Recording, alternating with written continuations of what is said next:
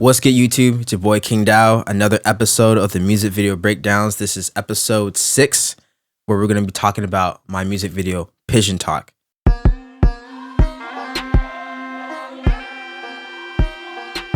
Pigeon Talk is a music video that I dropped in 2019, in the summer of 2019. The producer behind that was Top Hat Productions. Shout out to Top Hat. My boy lives all the way in Missouri now. And so we met back on Facebook, I want to say 2018-ish, towards the later half of 2018, through like this music Facebook group, like a hip hop music group. And then I remember we start talking back and forth, and then like we start working on songs together. And then the project that I created that has most of his beats, as well as some of Jonathan's beats as well, was Videographer. Videographer is the EP that I dropped in 2019. It was a 5-song EP, and mostly using Top Hat's beats because he had a really bouncy sound that I liked, and it made sense with the way I would rap, because my rapping is very playfully flowy. Very tribal, and essentially just very creative. And so his beats had a lot of different like Indian influences, African influences, Asian influences, a lot of music that I like already, that I always try to put into my projects as well. And so it just made sense to link up with him.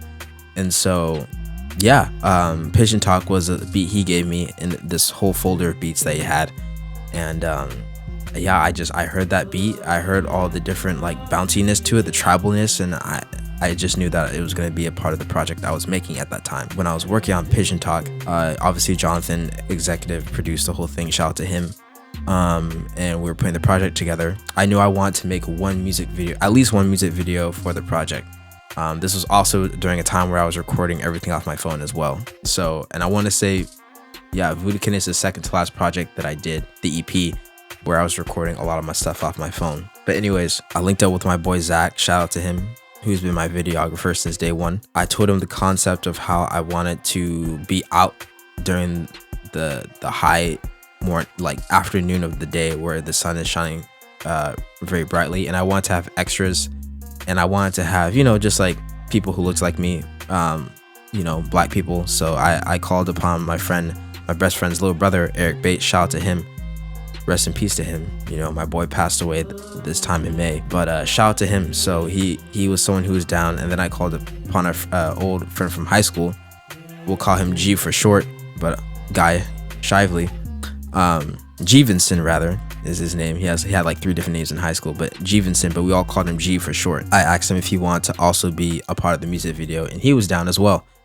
And so where we shot it was this park in Bothell. I forget the name of the park, but it's very close near my house. It's a very big, like hilly kind of park. I think I shot 3 music videos there, and Pigeon Talk was the first one. When we got there, it was very hot. Everyone came through, and I just basically told them the idea was that they were gonna be my dance extras. There were shots of us like standing on rocks, us walking down the big hilly grassy area. We're dancing, and I came up with all the choreography for the dancing. You'll see parts of us like just like running in place, turning side to side, kind of doing like Dougie kind of dances. Just a lot of stuff that I taught them, very simple stuff in the moment. One thing I've always been good at is basically just assessing what kind of extras I'm working with, and just basically giving them moves that anyone can do in the moment for what I need.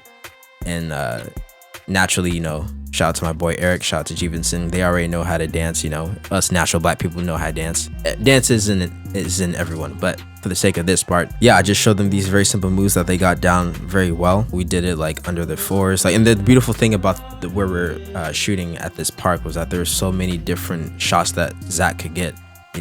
On the playground-ish area, we have these big rocks, and so it looks like we're in one place, and then in the plain grassy area it looks like we're in another place, and then there's like a bunch of like trees and foresty spots that just gave off a very like jungly vibe. So it all worked out. It was very hot that day, super hot, and my allergies were killing me, because I always get like allergies in like the late spring, early summer, which is when we shot it, I believe. And but it is what it is. We went through it. Eric, he wanted to like smoke a joint before we even started, but he was in a way chiller vibe. Shout out to him. You know, my boy Jeevenson was all like just down for whatever, super supportive. And yeah, I remember people would walk by and be like, what are these crazy black people doing? But you know, it was a vibe, you know. And that's the beautiful thing about shooting in Washington. There's so many cool like parks and areas where you can just do your thing and no one's really gonna bother you. I remember Jeevenson, you know, there's a shot that shoots right into him and he's just like dead face at the camera, and it looked so dope. And he's been working out. He's been working out since high school, and so like he's very big and muscular, so it just looked dope. And then Eric, you know, he's working on his twist. I was growing my hair into locks around this time too. Oh yeah, yeah. So Pigeon Talk was the first video that people got to see me growing out my locks again. Because in all the other videos I kept it short. I used to have locks when I was younger, but I cut them off in middle school, and so 2018, 2019, I was in the process of growing them again. So Pigeon Talk is when you can start to see the growth, and then from there it just keeps going.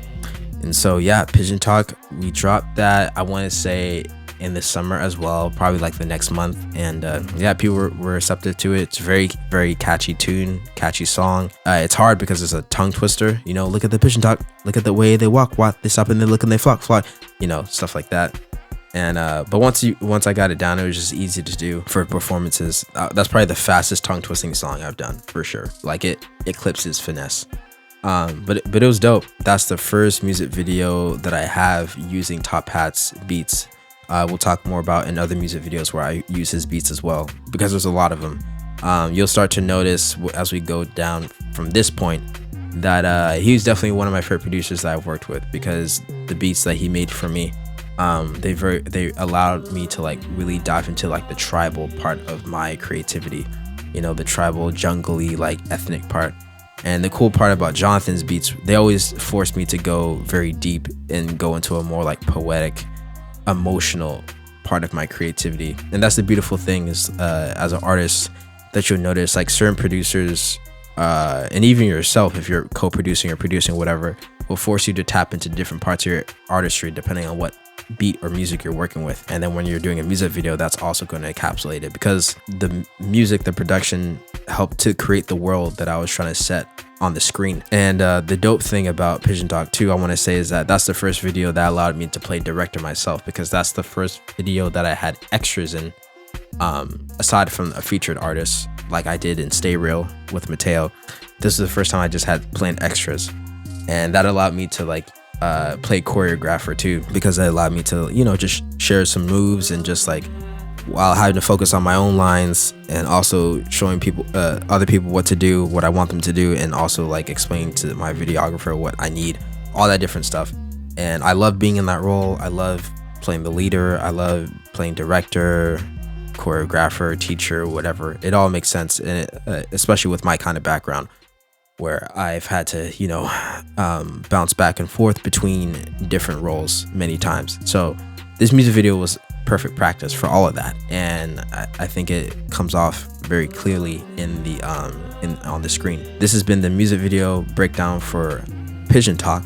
I hope you guys enjoy. You can go check out the music video, link in below, and also the documentary that has the behind the scenes to that, because that also has the behind the scenes footage of what went down, the different conversations, all that different stuff as we were working on the music video. So thank you guys again. Thank you guys again for joining me on the premiere. And you'll hear it here first. Every Wednesday at 5 p.m. Standard Pacific Time is when we'll be doing these live premieres going forward. Now that I finally have like consistent schedule that makes sense for me, that's when we'll be doing it. So thank you to everyone who's been on board since episode 1 of this. Thank you to everyone who's been supporting my journey since day 1. And I'm grateful that you like this other aspect, because again, all these videos is just me giving you another chance to just follow along with what I've been doing, get more insight to understand who I am, why I do what I do, why I work with who I work with, and all that good stuff. So I appreciate you. Again, shout out to KrazyMak behind the camera. You can follow him down below. You can follow Zach Purnell and everyone else who's been a part of this video especially. So I love you guys. I appreciate you. And until the next one, KingDow. Peace.